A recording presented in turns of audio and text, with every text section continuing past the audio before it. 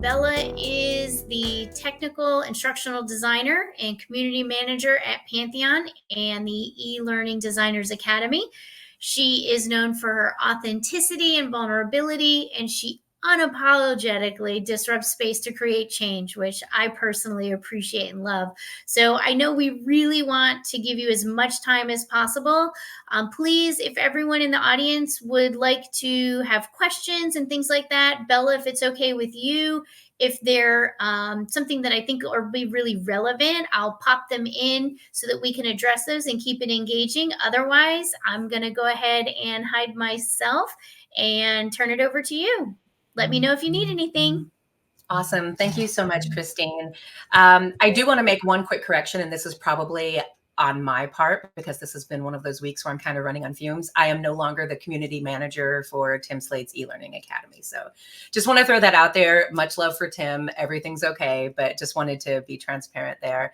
I'm going to go ahead and get my presentation up because I am so phenomenally excited about this.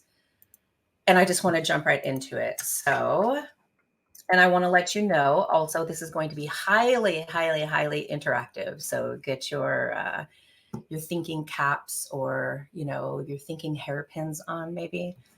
And let me go ahead and get this started. I love how every time I go to present, and I say this every time, I feel like such a noob, like I'm looking between monitors back and forth, like I've never done this before. Let's see. All right. Well, it would help if I clicked share on here, right? Let this be a lesson for anyone who's first time speaking, like everybody goes through this. All right, so we are going to share that one.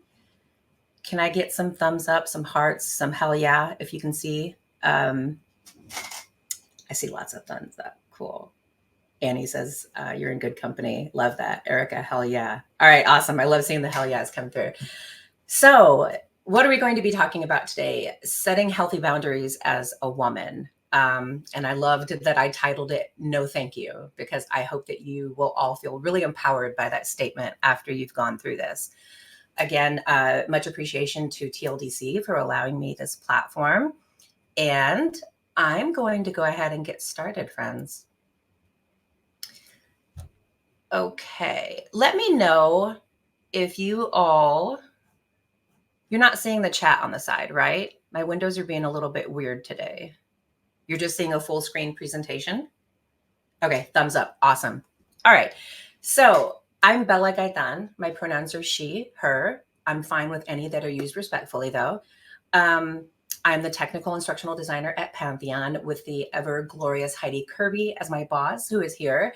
And I see some other Pantheors that are here supporting me as well. So much love and thank you for that. I have a Master of Education in Learning and Technology, and my undergrad is in Human Resources Management. And I consult with NASA Astrophysics as what they call an IDEA practitioner, which is inclusion, diversity, equity, accessibility. Have to run that through in my head. I also own Azera Talent, which is an inclusive workforce agency. The website is under construction right now. So if you go there, you can just sign up for the newsletter to be notified whenever it goes live. And I can now say that I'm a course instructor, which is really cool, on the EduFlow platform. And I consider myself a pretty fierce advocate. And let me get through here. All right. I'm noticing an issue here, so hang on just 1 second. I'm going to stop sharing.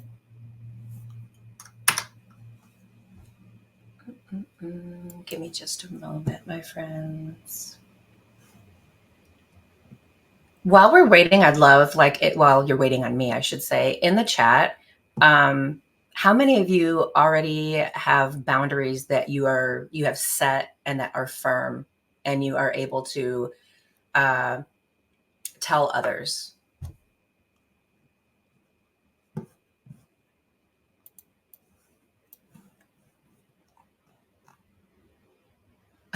Carolyn says, have set firm boundaries causes serious issues. I feel that so much. Okay, let me get back in here.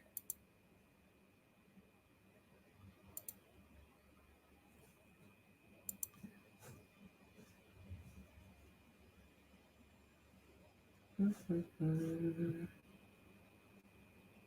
going to switch windows here. And again, I apologize. I'm doing something a little bit different with the way that I'm presenting this, or the way that I'm looking at my windows.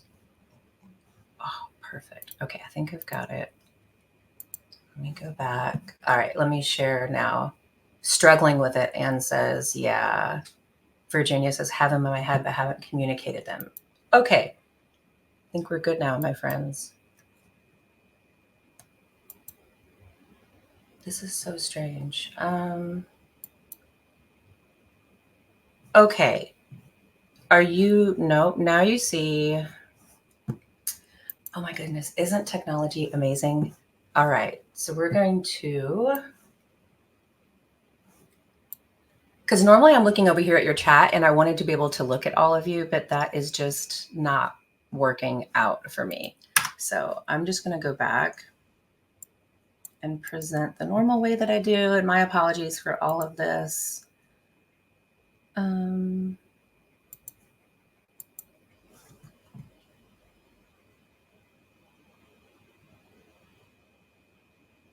Okay. Thank you, Shannon. I appreciate that. I don't know why this has given me such problems today. I think I got it, friends. I think I got it. Okay. Let me get back here. Put this over here. I'm going to be so proud of myself if I got this. Share screen. And I want that one. Okay, are you all able to see the full screen and just the full screen of the presentation? Oh my goodness. Thank you so much. I'm going to reward myself with Starbucks later for this. I'm pretty proud of myself. All right. So let's go back to where we are. Hi, it's me, Bella. I like to say that I disrupt spaces through the lens of DEIAB to bring about change. For anyone that's unaware, DEIB is diversity, equity, inclusion, accessibility, and belonging. And the way that I do that is I like to leverage my lived experiences as someone who is queer, neurodivergent, visually impaired, and physically disabled, as well as Latina, to be able to, bring my lived experiences to the table and give people a different way to look at DEIAB, because so often we don't really feel that we can relate to it. So I think that when we bring in lived experience, it just makes it so much more relatable. And we're going to hop into this. And I just realized I have a slide out of order. Hang on. Okay. I'm going to jump back around here. It's been a week, my friends. I can tell you that. So today's agenda, what are we going to talk about? Why it's important to set healthy boundaries as a woman, how to determine your values and vision, creating your boundaries, assessing when boundaries are needed, confidently declaring your boundaries, and how to handle rejection and negativity when your boundaries are expressed, because I'm here to tell you it's going to happen. One thing I did forget to do, I want to give a visual description of myself. I am a light-skinned Latina with short, very curly turquoise hair.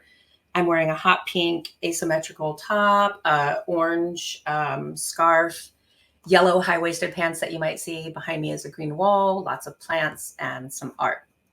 So let's jump into this because we have a lot to cover.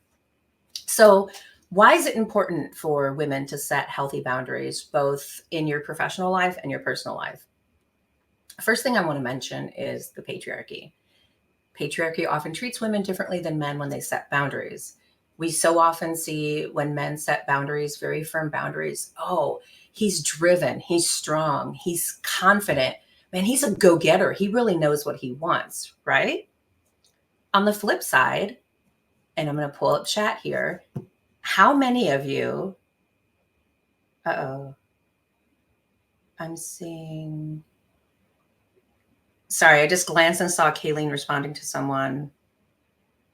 Not seeing the chat on her screen. Is everything okay with the way that you're seeing this? Like you're seeing the full presentation? Okay. All right. So I would love to know in chat who has felt this before. We just talked about how people typically respond when men set firm boundaries. What about when women set firm boundaries?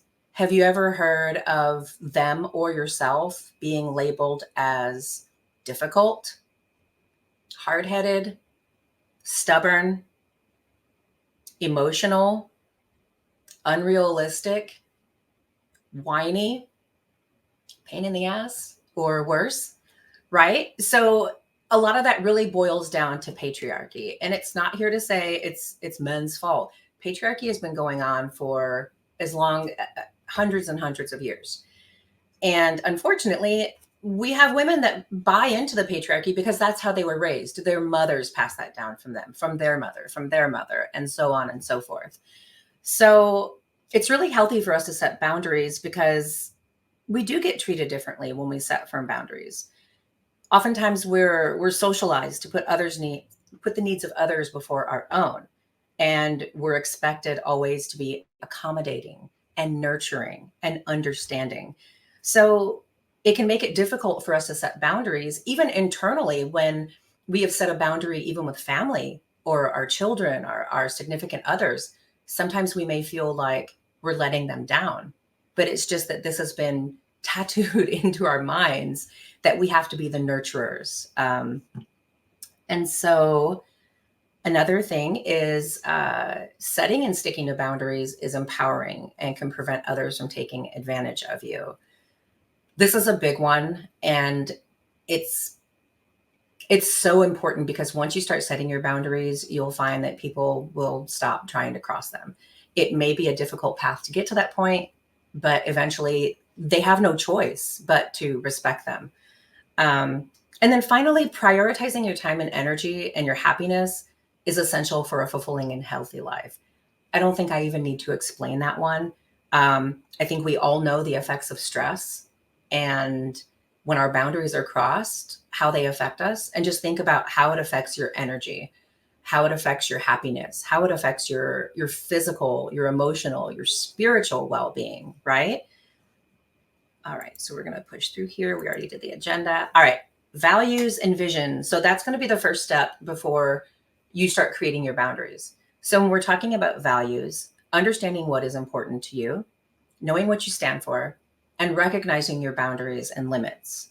So knowing your values is crucial because, setting healthy boundaries helps you understand what's important to you and what you stand for, the principles that guide your actions.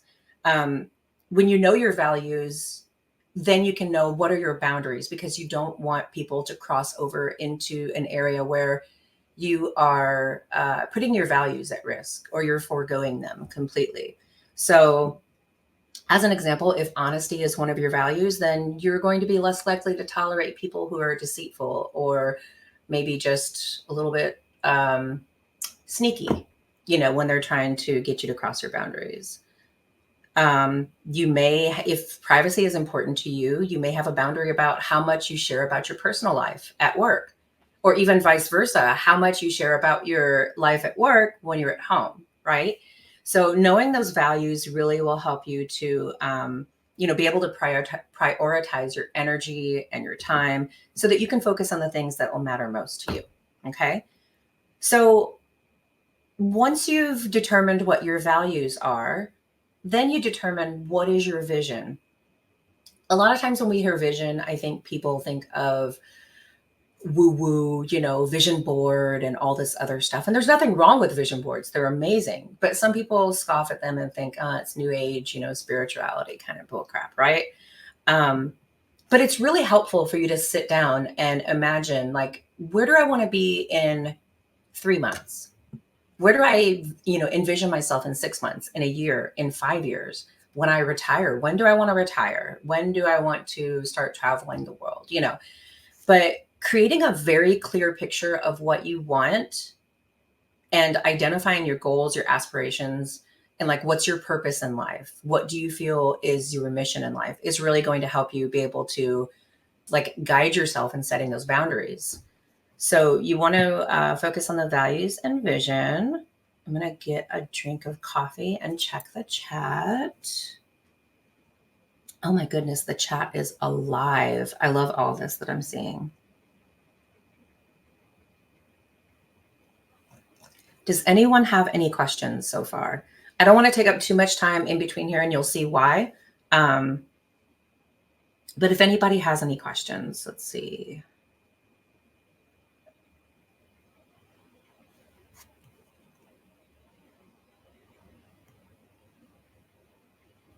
I love that Cassie mentioned healthcare. Yeah. Deborah, I feel you with the management thing. It's one of the things that I tell people all the time when they ask me, like, at a job, where do you see yourself in 5 years? I'm like, better at what I'm doing now. Well, what about shifting into management? And I'm just like, no, thank you. I don't have a desire to be a manager, but I appreciate your confidence in me, right? I love the hearts that came up with that. So let me bounce back over here. And so let's go in a little bit deeper on like how to figure out what are your values and what is your vision. So first of all, reflect on your experiences. So think about the positive and negative experiences in your life that have had the most impact on you, because these are the things that have shaped you. They're moments that have helped you build like what your perspective is and influenced your beliefs. It can be painful sometimes to go back and focus on negative experiences. And sometimes involved in that is having to go back and revisit trauma. Do want to toss a disclaimer out. I want this to be a safe space psychologically for everyone involved. So I would ask that you please do not talk about traumatic experiences in the chat so that you can prevent, someone else being harmed psychologically. But feel free to reach out to me if you want to discuss anything, or just add in some comments privately, like absolutely by all means. So as you're reflecting on your experiences, let's say when you were younger, your mom was, we're going to go with the management one that was in chat. Let's say your mom was a manager and you watched her come home excited, but day after day, she looked more tired. Her eyes were kind of sunken in. She was constantly yawning. She didn't feel good all of a sudden. She seemed very unhappy. She would snap at you. That kind of experience probably led you to believe, and I don't want to say believe like it's false, but led you to feel that, oh my gosh, management is stressful and I never want to go into management because I fear that that will become me. So that could be, one of the experiences that is considered negative that you can reflect on, right? So I'm just looking at the clock. I want to be really mindful of the time. So identify your passions. Think about the things in life that excite you and energize you. If you're a gamer, then, you love gaming and you want to be able to do it every chance that you get. You might think, I would probably be really happy if I tried to get into a career that is involved with gaming, right? So it can be hobbies, interests, activities, anything that you feel really passionate about. And this one I think is the most important, and the one that so many of us as women have a problem with is determine your non-negotiables. Now, we may be able to determine them, but oftentimes, again, as I said, with, due to the influence of the patriarchy and us being expected to be nurturers and providers and carers, we may struggle in being firm with those non-negotiable values that we have. So you can think about the things that you absolutely cannot compromise on. They can be related to your personal integrity, your family, your beliefs, your career, and anything else that is important to you. And so when we're talking about determining your vision, this is where you're looking, values, you're going back to your past and you're just going to the present. For your vision, you're looking to the future, right? So reflect on your goals. What is it that you want to achieve in life? And these should be very specific and meaningful to you.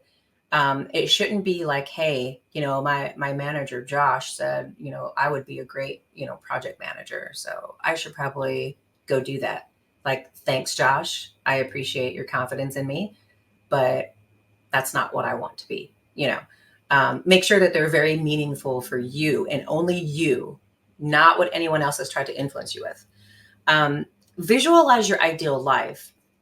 So one of the books that I have that I really appreciate, it's talking about how to figure out your niche is for someone like myself who is a multi-potentialite, um, and like a scanner, type, and I'm into a little bit of everything. So one of the activities is sit down, journal. What does an ideal day in your life look like when you have reached the point where you are satisfied with your work, your location, whatever? Sit down and very descriptively write out your ideal day. What time do you wake up in the morning? What do you do when you wake up? Do you run to the computer to check emails? Some people might enjoy that. My assistant coming through. Or, you know, do you go sit outside and, in like a rocking chair and have your morning coffee? What kind of work are you doing? Are you on a, 9 to 5 schedule? Are you just working as you feel you want to?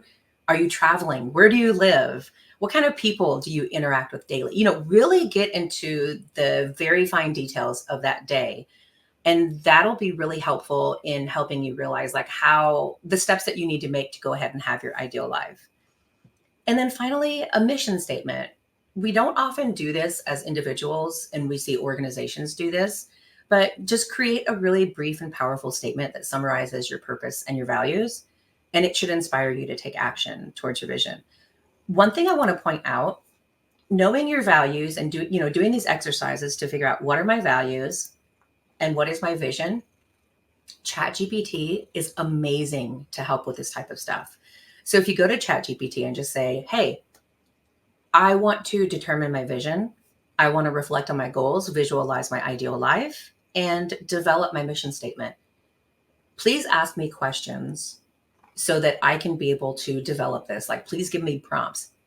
And it will truly help you so much in giving you different prompts. Like, okay, ask yourself, where do I want to be in 5 years? Just as a brief example.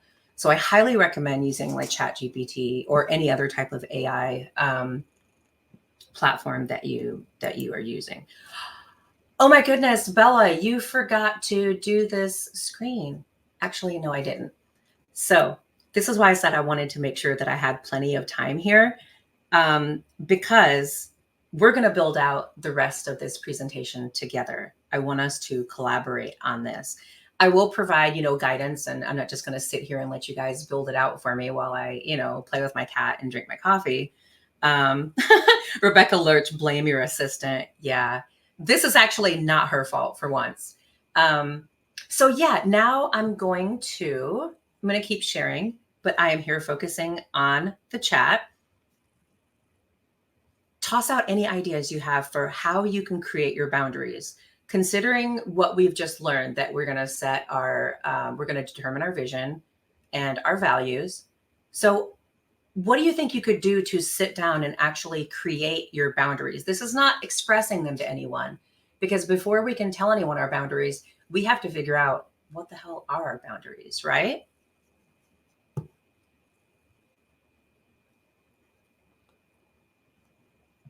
Assess your needs. Okay.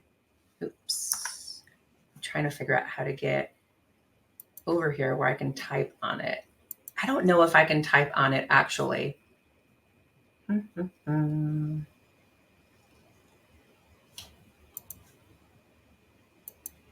Nope.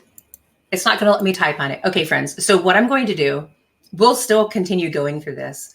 Before I leave for my presentation, I'm going to get a copy of this entire chat, and then I'm going to plug those in there, and then I'll upload this to my website. So we'll just talk. Actually, this is kind of cool. That way I'm not focused on typing, and we're all just having a conversation around this, right?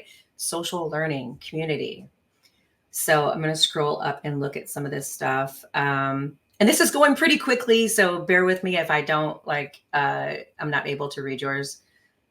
Hey, Dawn. Dawn says, say it aloud, clearly, concisely, and confidently. Yeah, that's definitely like how to communicate your boundaries. Let's see. Choose your most creative time and make that time off limits to attending meetings. Oh, I love that. Side A, if something doesn't align with my core values, I can set a boundary there. Yes, yes. You can even create like a little, you could even create like a little chart with like different things and just say, does this reach my alignment or my values? Like check, then I can do that. There's a formula out there, and I was going to bring it in here, but then I realized it would take too long to go through it. But there's a formula called BEAT. And I think the B stands for body, like check in with your body. How is that going to make you feel? Check in with your mind. Are you going to feel, okay with it? Is your heart going to feel okay with it? E is for affect. Like, how is it going to affect you if you say yes to this request, or you don't, stick to your boundary on this? A was for, and I'm already forgetting, but I can give that resource out later. But if you want a really easy way to kind of do it, the little song Head, Shoulders, Knees, and Toes, do that when you're figuring out like, what is this going to be a boundary that I want to create? How is it going to make you feel in your head and your mind? How is it going to make you feel in your heart? And if you kind of go down to stomach and think about stress, because I don't know about you all, but when I'm stressed, my stomach is the first thing to start acting up. Think about, how is it going to make me feel physically, right? And I'm going back to the chat now. Oh my God, I'm blown away by everything in here. Josh, I recently did a self-reflection and deep work on figuring out what matters most and deciding that everything else is a distraction. That is amazing, Josh. Oh my goodness. And Josh, I think I used your name earlier, so it was no offense, just the first name that I thought of. Oh my goodness. Body check-ins from Clarissa. I love that. Determining if someone violates a boundary of mine and how I will behave in that circumstance. Yes. Oh my goodness, this is so amazing. I can't wait to be able to share this with all of you and everyone. So another thing that we want to do is assess when boundaries are needed. I'll start off here and feel free to enter stuff in the chat as well. Yeah, Stephanie says beat does not mean beat yourself up over not having boundaries set yet. So I developed this big formula for this presentation, friends. And then I thought, I'm not going to have time to go through it, but it's called Beat the Heat. And each letter stands for something. So if that's something you'd be interested in me doing, like an additional like Zoom call or something, like reach out to me on LinkedIn or something and let me know. If I get enough of you interested, I'm more than happy to just like have a like an additional session where we can come together and collaborate and go through that. So, but please like message me on LinkedIn because I am very forgetful. All right. So assessing when boundaries are needed. How do you know, what is it that tells you like, whoa, somebody might be crossing a boundary with me right now? What is it that comes into your mind? What is it that you feel? And while people are go ahead and populating that into the chat, I'm going to talk about how I feel. I'm going to give you what may seem like a very silly example here, but it is one of my boundaries. I absolutely do not go to the social selling type parties like a Tupperware party or an Avon party. That is a firm boundary for me. Why? Because most of the time I'm not going to use the stuff. The person there that's hosting the party is trying to persuade you to get it. And I know the hostess wants, I love that people are getting me on this. Yeah. The hostess, the person who's hosting it, like my friend, they're hoping that you buy because, man, they want that 3-piece wall hanging, for their bathroom, right? That has pigs in a bathtub or something weird like that. So that is my firm boundary. So when someone invites me to one of these parties, I just say, oh, that sounds so cool. But I don't go to like parties where you have to purchase something. Well, you don't have to buy anything, Bella. Just come, like, it'll be fun. And I'm like, oh man, I'm sure you all are going to have like such a great time. But again, like, it's just one of my rules. I don't enjoy myself at parties like that. So I appreciate that. Let me know if you ever have some other kind of like social get together that doesn't involve like, catalogs and samples and stuff. And like, I'm there, and I love that Hallie said it's also a very dangerous and predatory industry. It absolutely is. So the other thing is when you're assessing your boundaries, that maybe you don't have a boundary in place yet. How do you feel when someone says, like, hey, I need you to work till 10 p.m. tonight? I've got this project. I've been swamped this week. So, like, you're going to have to help me. First thing that you're probably going to feel is your head is probably going to say F no, right? You may start to get all of these thoughts flying in my head, like, well, what am I going to do with my kids? What am I going to do with my dog? How am I going to find a train or a bus to get home that late at night? And then you might start to feel the stomach stuff. You just feel that uncomfortable feeling. Your heart rate may go up a little bit. And we are built with that fight or flight response for a reason. However, we no longer typically have the danger of a woolly mammoth chasing us and our life is on the lines. So although it served way back in the day when we needed it, now, unfortunately, our autonomic nervous system is dysregulated based on stress, based on blue light, based on just our schedules, and just, we've evolved.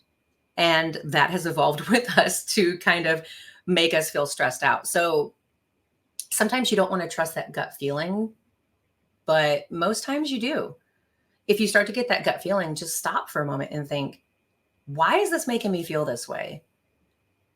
And if you don't want to do, like, in the moment, if I'm face to face with someone and I start feeling that, let me give you an example.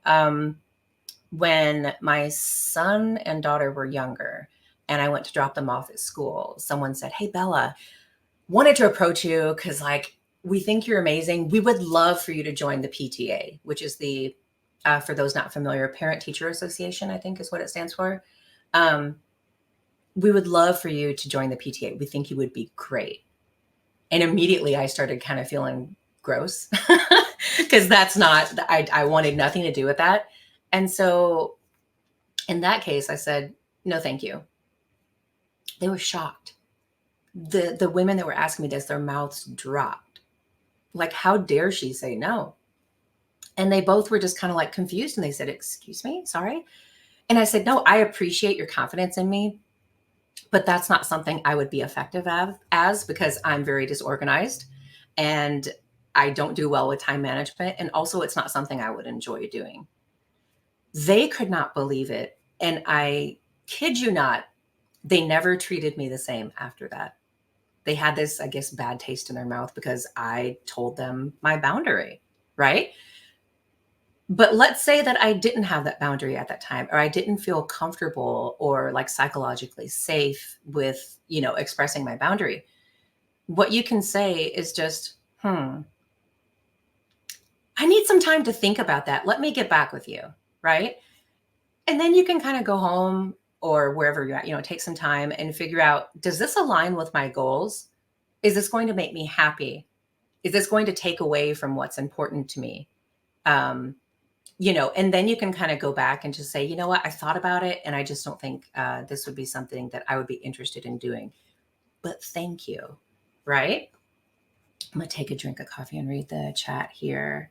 Oh, Danielle, perfect. Because women are conditioned to suck it up and say yes. Again, patriarchy. And also to the men that are in the audience, like, this is not saying, oh, men are evil, anything like that. Patriarchy has been around much longer than you have. Jamie says, I often ask for time to think about it because my knee-jerk response is to say yes, always. I hear that so often. And for me, I've never been that way. And I don't say that to sound like I'm boasting about it. I've always been really like hard-headed and stubborn and defiant. Quick story. One of the funniest stories I like about my childhood is I was riding my bicycle with the training wheels in the alley behind my house growing up. I was like 5 or 6 and I wasn't allowed to go out of the alley, just up and down. Excuse me. And so my mom like leans out the porch and she's like, hey, don't go out of the alley. As I'm turning the corner, I turn around and I'm just like, I'm not. So I've always been like that kind of like rule breaker and everything. So sometimes it's hard for me to understand and when people are like a yes person. But again, you have to sit down, you have to create those boundaries, and you have to get comfortable in expressing them. Looking at the time, I want to be really mindful here, but oh my gosh, I'm loving everything that I see here. Also, can I just say how happy I am to see so many familiar faces here? Like, it just warms my crazy little heart. So, confidently declaring your boundaries. I kind of touched on this when I said, you can just start by saying, like, no, thank you. Honestly, that should be sufficient. But unfortunately, it's not, because people want to know why, or people get hurt. They take it personally when you say no, thank you. One thing to keep in mind, boundaries are for you, they're not for anyone else. And what I mean by that is, let's say you have a friend and they want you to, well, let's just use the Tupperware party. Like, my friend wants me to go to a Tupperware party.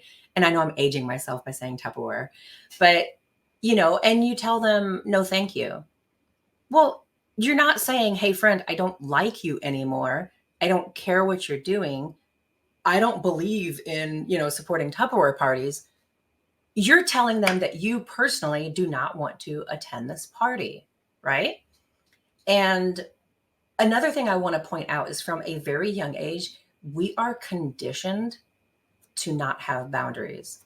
How many times when you were little and, you know, Uncle Bob came over and maybe you didn't want to hug and kiss him, and your parents were like, hey, go hug and kiss your Uncle Bob. And you were forced to. You were forced to go and cross a boundary that had to do with touch. We do this to children all the time. Oh, Cassie, I love that. It says, forsaking boundaries for the sake of politeness. Dawn says, body autonomy is real. But just think about that. So think about little girls that are, forced to do that. They have their autonomy, their bodily autonomy removed from them. And then think when you get older and certain situations, again, I don't want to be triggering here, but certain situations may make you think, is this okay? My mind and my heart tell me it's not okay, but am I overreacting? Am I being too emotional? Am I being unrealistic? Right? So, oh, Allison, I love that one. Allison says toxic positivity too, where you are told to smile or pretend to feel a certain way to help other people's feelings. This isn't necessarily related to this topic, but as someone who is disabled and multiply disabled, a lot of times when I mention that, and especially when I mention that they are progressive and degenerative, I'm expected to hurry up and say something funny or change the subject because of other people's discomfort. And what I like to tell people is, learn to sit in that discomfort. So we need to be teaching people that are crossing our boundaries to learn to sit in that discomfort. So when you're declaring your boundaries, try saying no, thank you. And if they say, well, why not? Just say, like, I appreciate the offer, but it's not something I'm interested in. And just continually say, like, no, thank you, until they get the point. They may never get the point, right? But that's on them. That is their issue. That's for them to handle. That's for them to go sit in discomfort and try to figure out why someone is setting a boundary with them, right? I'm not sure if I'm saying your name right, McKelly, but McKelly says, through this conversation, I've just learned that I do have a lot of boundaries that are non-negotiable and I stick to them. That means that I can do that in other spaces too. Such empowerment. I want everybody to, like, copy that and put it in a document and let that be your mantra for, when you're working on your boundaries, because that is so important. We all have boundaries, and sometimes we don't realize that we are firm on them. And it may be something like, don't you dare put honey in my coffee. You better load that thing up with sugar, right? Sounds so very simple, but that's a firm boundary you're telling someone, Okay, so I'm going to move forward. I want to make sure we have plenty of time. I think this is the last slide. I'm just going to check. Yes, it is. Okay, so handling rejection, we've talked on that as well.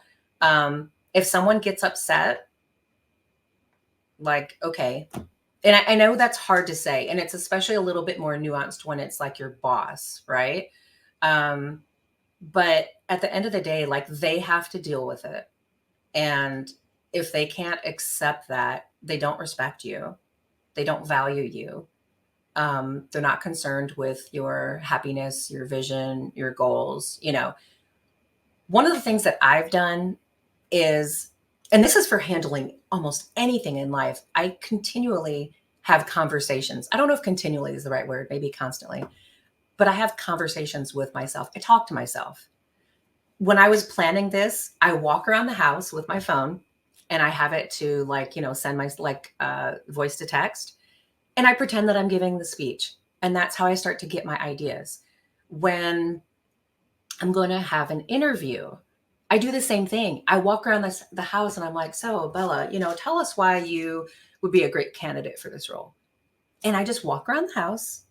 For me, I find it easier when I'm moving and I just have that conversation with myself. After you do that a few times, it's it's like it becomes etched into your mind and you're able to access that learning. Um, I'm a constructivist when it comes to learning. So that's, you know, I feel like you're putting that in there as the foundation. And the more that you say it and you get into situations where you have to use it, it's like you're building upon that foundation, right? So let's see here. Oh, we are very close to time. I don't know if I am done at a quarter till or if it's on the hour. Um, I'm looking here. I think I've been getting some private messages and I apologize here because I've not seen them. Christine, if you want to let me know if we have more time. Oh, 11:45 is the time limit. So my friends, my beautiful, lovely friends, my time is up. Um, so I just want to pop this up here. Feel free to take a screenshot, but essentially I am everywhere, just under my name. If you forget my name, the last name, so it's Bella with one L, and Gaytan, you can think of gay. I'm queer, not gay, but close enough, right? And I have a little bit of a tan. So really quickly, I just want to say thank you so much to everyone that came here. I literally just made a copy of the entire chat. And, oh no, I did not. Christine, can you let me know if there's a way that I can download this entire chat?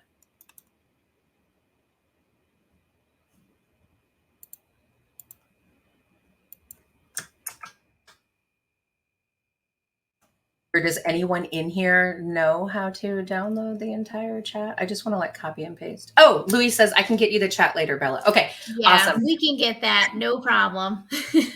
Perfect, perfect. Well, just very quickly, like, thank you everyone for spending some time with me this morning. I hope that that was helpful.